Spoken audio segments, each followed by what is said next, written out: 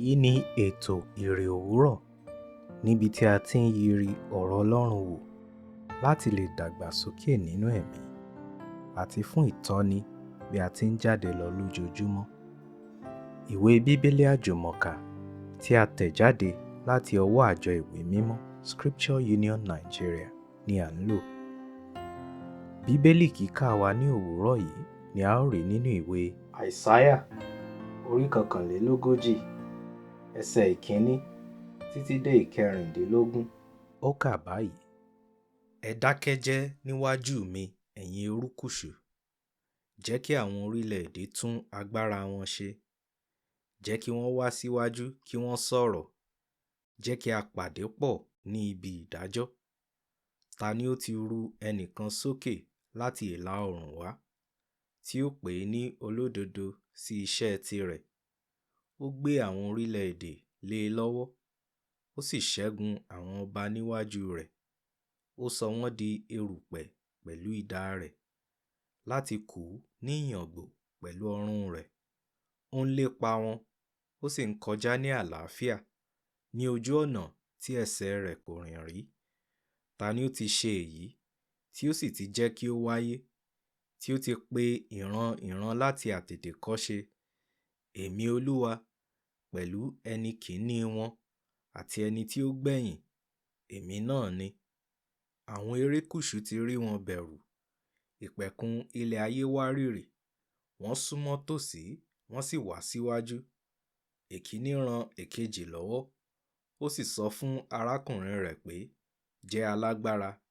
Oníṣẹ́ ọnà gba alágbẹ̀dẹ wúrà níyànjú, àti ẹni tí ó fi òòlù dán mú òun lọ́kàn le, àní ẹni tí ó ń lu owú.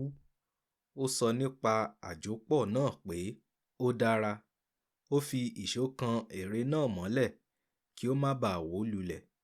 Ṣùgbọ́n ìwọ Ísírẹ́lì, ìránṣẹ́ mi, Jákọ́bù, ẹni tí mo yàn, ẹ̀yin ìran Ábúráhámù, ọ̀rẹ́ mi, mo mú ọ láti ìpẹ̀kun ilẹ̀ ayé, láti kọ̀ọ̀rọ̀ rẹ tí ó jìnnà jùlọ ni mo ti pè ọ́.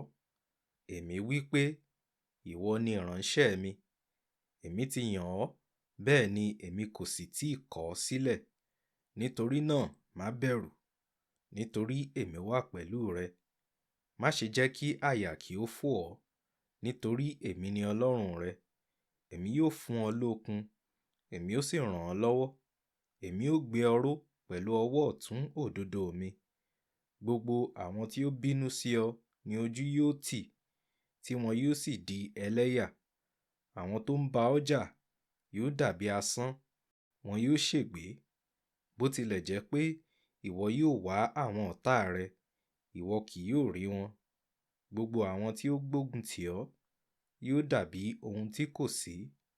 Nítorí èmi ni Olúwa Ọlọ́run rẹ, tí ó di ọwọ́ ọ̀tún rẹ mú, tí ó sì sọ fún ọ pé, má ṣe bẹ̀rù, èmi yóò ràn ọ́ lọ́wọ́.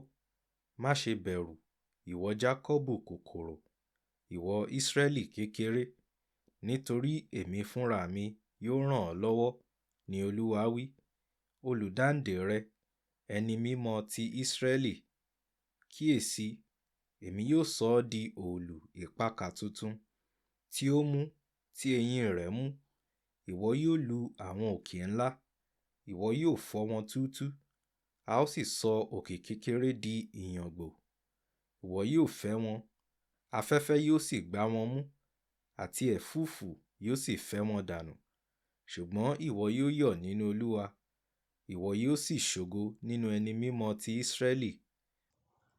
Èmi yóò ràn ọ́ lọ́wọ́. Nínú àyọkà yìí, a pe àwọn orílẹ̀-èdè níjà pé agbára, ọgbọ́n, òye àti mọ̀tẹ́lẹ̀ wọn kò tó ti Ọlọ́run Ísírẹ́lì.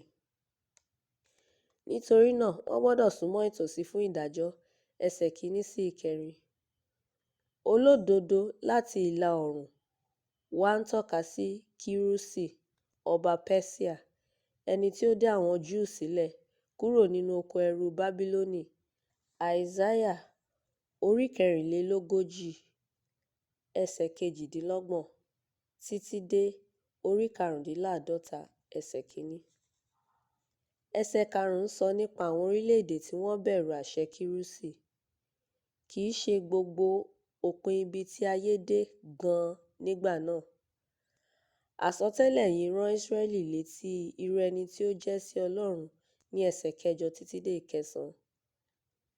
Lẹ́yìn náà ni a fún Ísírẹ́lì ní àwọn ọ̀rọ̀ ìmúlọ́kànle nípa ọ̀nà tí Olúwa yóò gbà dá sí ọ̀rọ̀ rẹ̀. Ẹsẹ̀ 9 títí dé 16.